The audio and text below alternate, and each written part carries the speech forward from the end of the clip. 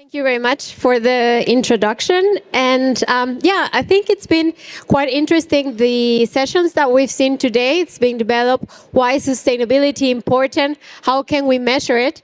And now this session is going to be how much do consumers are willing to make the change. Here, particularly talking about food consumption. We just saw in the presentation before, plant-based diets actually have a really good potential in having a positive impact in the environment. So how ready are actually European consumers to make this actual change? And before going into the results, I would like to introduce the organization that I'm representing today. So I'm representing ProVeg International. It's a food awareness NGO working to transform the food system from being animal-based to plant-based, and here specifically by replacing 50% of animal products with cultivated and plant-based proteins by 2040. And we do this through several interventions, from consumer engagement, consumer education. We also have a quite heavy corporate engagement team, which is the team that I'm part of. And we are also part of a policy team, or we are also lobbying into the policy environment to really further hear the decisions and the decisions in the European Parliament. And so the results that we're going to be seeing today are part from a very big farm to fork initiative. So it's called the Smart Protein Project. And this project goes beyond consumer research. Actually, it's part of the Horizon 2020 and it involves a collaboration with more than 30 industry partners from universities, brands, research agencies, and NGOs like ourselves, and all with the mission of optimizing each step of the supply chain. So today's session, we're only going to be focusing on the consumer study part of the project. But if you're interested in knowing more about the project, you can go to the website and check out what other partners are working on. And also to give you a quick introduction of the methodology that we use for our consumer survey, we are basing our results on a 20-minute online questionnaire. We had 2 fieldwork dates. One was in June 2021, and the second was conducted in June of this year. We wanted to see how the trend that we saw in 2021 actually developed 2 years later. Each of these waves had a total of 7,500 respondents. So we're talking here about a quite robust set of data.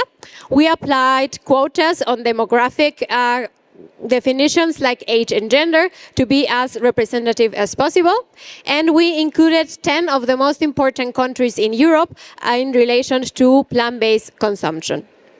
So, what are the main takeaways of this research?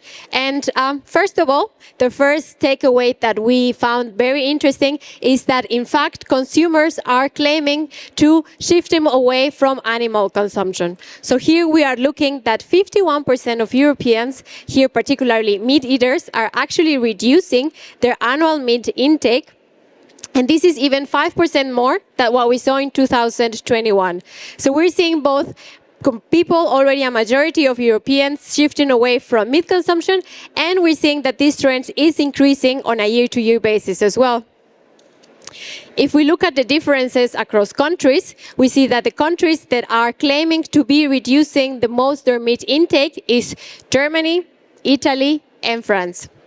Looking at the lower side of the ladder, we see that, for example, UK, Denmark, and Romania are probably not as motivated as other countries. However, we know that these countries consume a bit less, or actually less meat than Germany and Italy, for instance. But still, if we see at the lower number, 47%, it's still almost half of the consumers are actually reducing their meat intake. If we want to understand why are they shifting away from meat consumption, here we ask a couple or a set of statements that could be related to this reduction, and we see that the majority of respondents agree that they are reducing their meat intake because of health, pretty much primarily because of health, and it's followed by animal welfare and the environment. So these 3 factors, these key things are pretty much shifting the dietary landscape in Europe.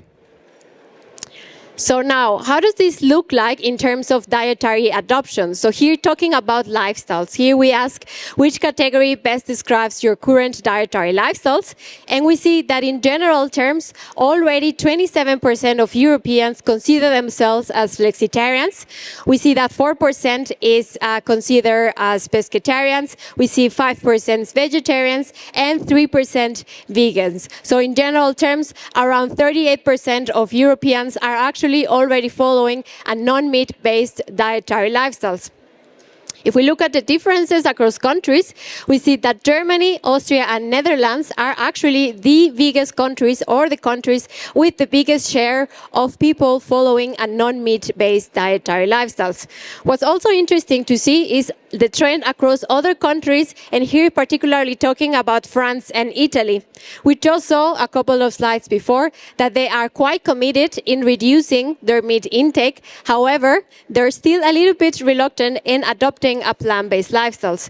So this can lead us to assume that meat reduction does not automatically mean plant-based adoption, and we still need to work into making this adoption of plant-based more appealing across different countries. And here, for example, using the lead or example of Germany, Austria, and Netherlands, which are the biggest markets for plant-based diets. If we look at the difference across demographics, also quite interesting results we see, in which talking firstly about flexitarians, we see that there is a quite consistent distribution of flexitarians across generations. So this means that we're not only talking about the younger generation, but we're also seeing older generations like boomers, Gen X, that are also engaging in flexitarian lifestyles. If we look at other more specific dietary lifestyles like veganism and pescatarians, vegetarians, here we continue to see a similar trend in which these lifestyles are much more relevant or more relevant to the younger generations. Across genders, we see that females continue to be the most engaging across flexitarians and vegan lifestyles, but we're also seeing a trend in the diverse group of the sample. Here is only shown as reference as the sample size was quite low, but still there might be here also an opportunity target to reach these particular people.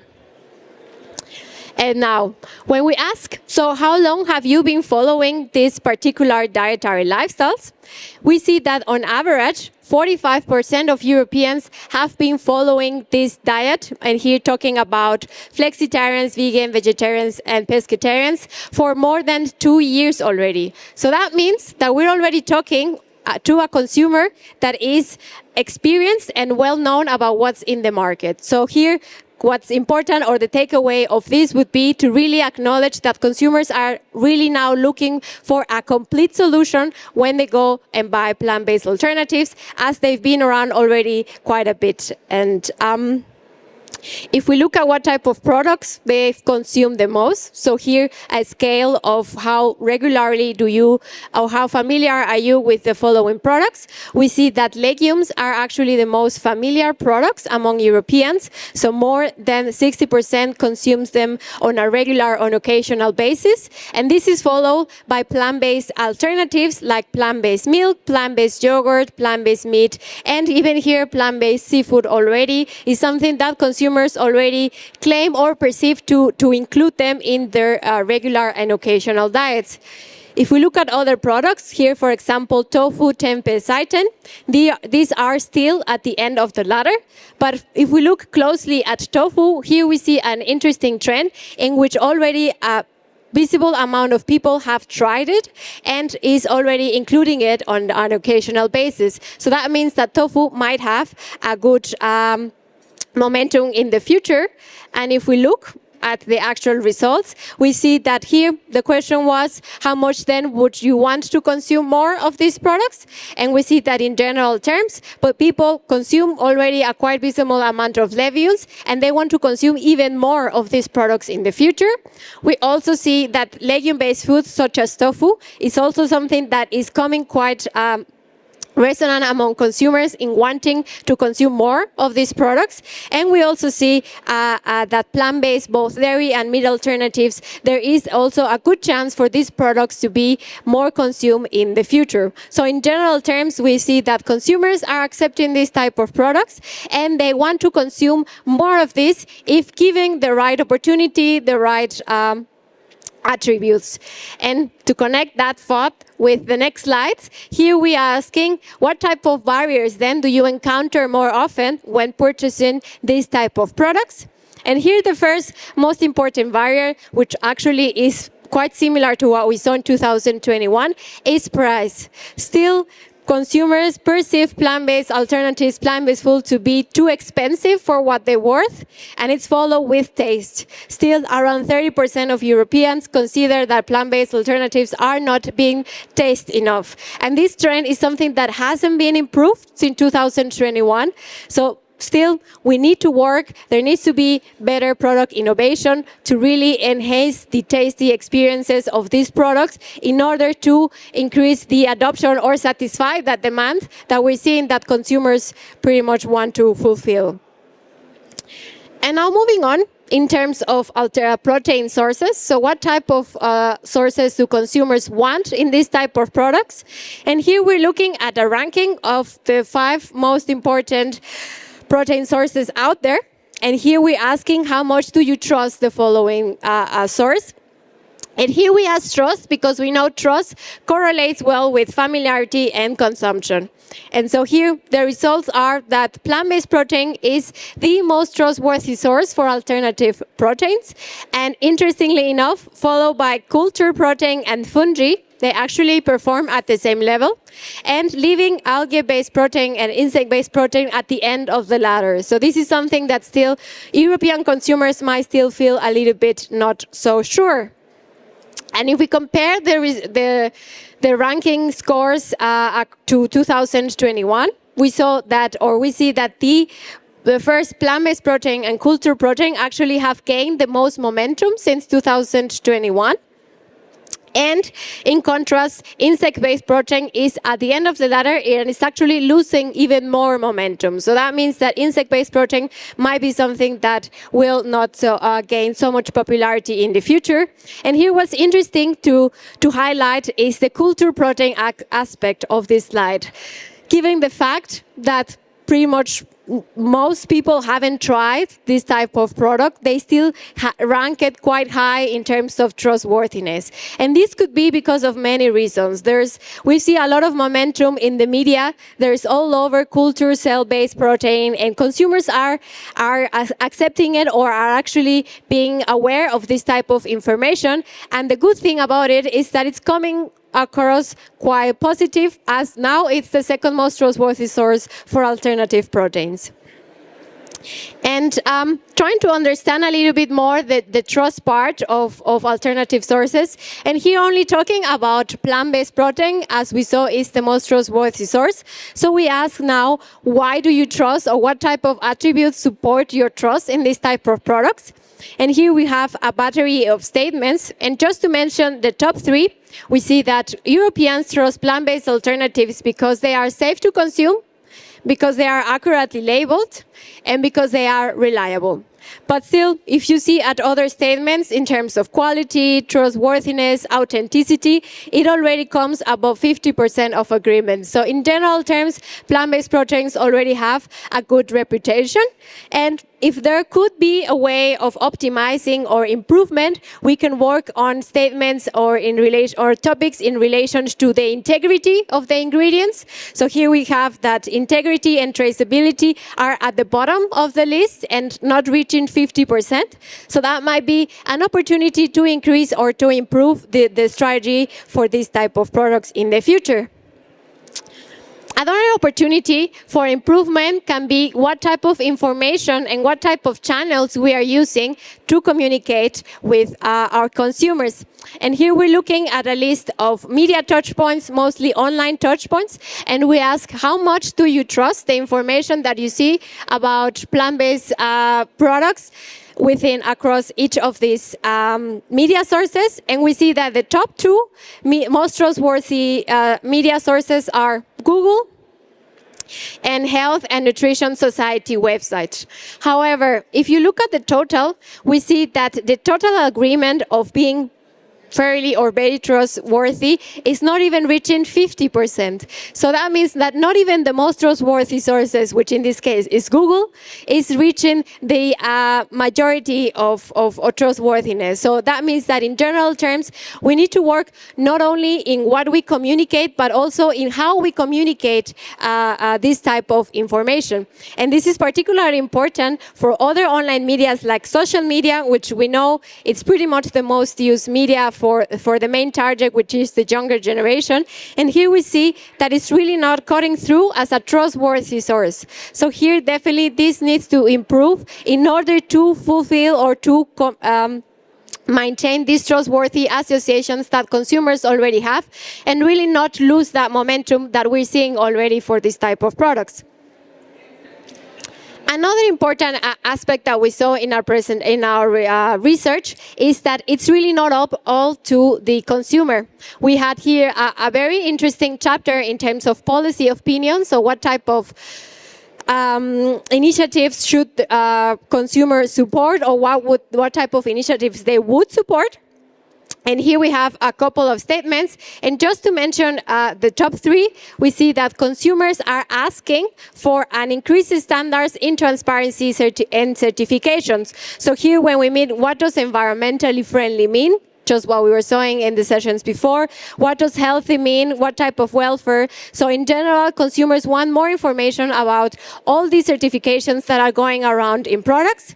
And the second most important aspect that consumers would like to see is when we talk about the no tax policy on products that are either reducing one's negative impact on the environment or actually supporting a healthy lifestyle. So this is pretty much the quite interesting approach, and this actually differs a lot across countries. So I would definitely recommend for you to look at the overall report, which I will be sharing later. And so in general terms, what type of takeaways or what's the most important thing that we can take out of it? First of all, is understanding our consumer base is actually diversifying. Here we're seeing that we're not only talking about or to the younger people, but we're also seeing that older generations are also engaging with this type of lifestyles. So that means they can also be an opportunity target for plant-based products. We've also seen that there are different regional growth opportunities. We see that Austria, Germany, and Netherlands are leading in terms of plant-based adoption, and we know also in terms of sales. But there are also other areas that could be better leveraged, like France and Italy, for example, where we see that there is a commitment to reduce meat, but not so much yet in terms of plant-based lifestyle adoption. We also see that we're talking now to an educated consumer. So really bringing only new products to the market is not enough anymore. They really need to be holistic, and they need to be providing solutions to consumers that are already quite familiar to this change in their lifestyles. And this needs to be pretty much together with healthy and tasty experiences. We see that this continues to be both a driver for dietary change, but also in terms of adopting new products. We also see that legumes is actually becoming or will become quite relevant in the plant-based world. Not only legumes in their natural form, but also legume-based foods. So there might be here an opportunity to do some more research of what else can we bring and reuse this type of products for European consumers. We've also seen that certifications is an issue. A lot of new products are coming into the market. A lot of new claims we're seeing out there. Consumers are getting confused. So there needs to be more clarity really about what does this new actually product means for me in terms of benefits. And we need to all work together. Here we see that consumers are expecting their governments, their institutions to act. They cannot do this alone, so there's definitely need to be a higher collaboration from a more institutional support in order to support this long-term transition to plant-based lifestyles. And so I leave you now with the report. If you want to read it, you want to download it. It really goes much more in detail about what we saw today. There's also here the differences across countries. And if you have any question, let me know. Thank you so much for your attention.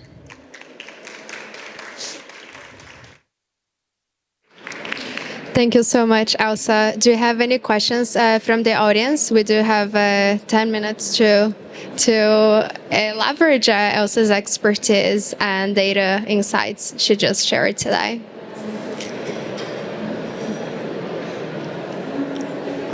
Okay, we do have a question over here. When you're thinking about how do we actually build consumer trust in the information, what can companies do? What should brands do if consumers are looking for information, they're looking on the Google, and they don't trust what they're finding there? How do we get more trustworthy information out there, and what can the companies here do? Yeah. So first of all, I think from a product perspective, certification is definitely first thing that needs to be done. I think certifications can be such an informative tool for consumers, but it needs to be done right. No, it has to be from a credible source, from a credible agency, and also a certification that consumers know about. No, so if a product is just full of certifications consumers never seen before, then again we're going to see this issue like, what does this all mean? So we need to kind of communicate this at the point of purchase, for example, which is the certification, but also maybe at other channels of media channels like is online. So have a clear understanding in your web page, like what type of certifications do you have? What does it actually mean? And just really be as transparent as possible in what you put out there about your product or your company. It should be.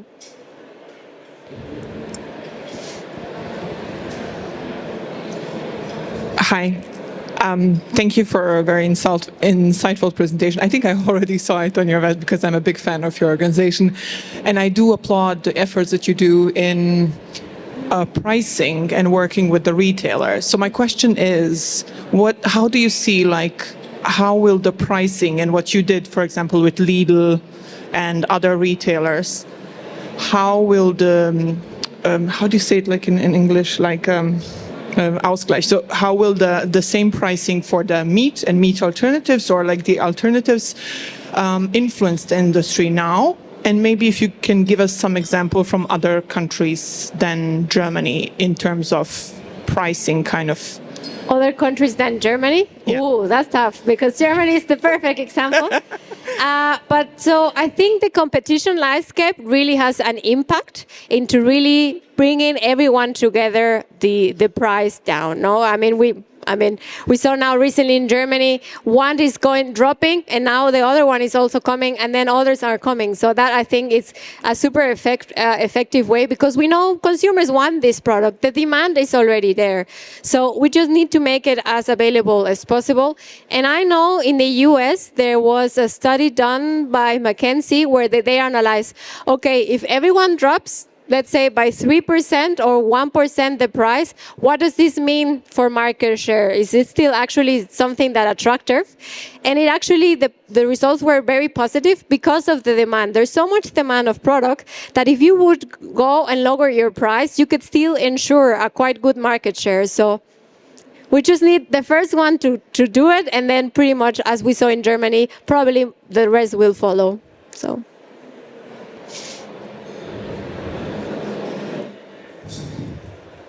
Any more questions for Elsa? All right, then we will wrap up this session. As Elsa mentioned, you can download the report from the QR code in the slides. If you want to connect with Elsa, you can do so via our events platform.